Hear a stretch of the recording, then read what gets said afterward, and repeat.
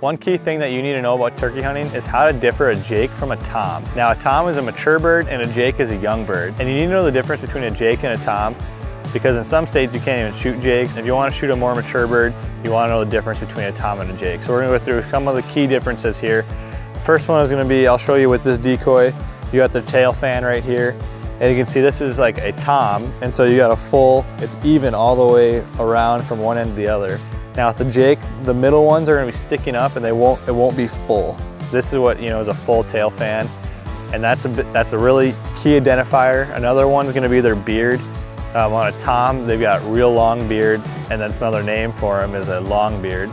And with jakes, they have just a short little beard, little stub. And you can see that here when you got a jake coming in, he's got that little stub instead of a long beard hanging down. That's another key identifier.